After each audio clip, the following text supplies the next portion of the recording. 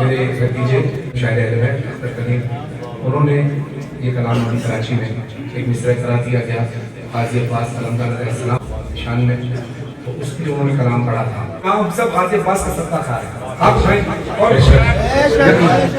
آپ کو اللہ نے دولت بھی دی، عزت بھی دی، رزق بھی دیا، روزگار بھی دیا، اولاد بھی دی. قاضی عباس کے صدقے کسی چیز کی کمی نہیں ہونے دی. آپ اگر بتائیں کسی چیز کی کمی ہے نہیں ہوتی. الحمدللہ شکر الحمدللہ کہتے رہے، اللہ آپ کو عطا فرماتا رہے گا. آپ یہ سنیے گا. مانگنے والوں نے اتنا نہیں مانگا عباس جتنا زینب نے نکالا تیرا صدقہ.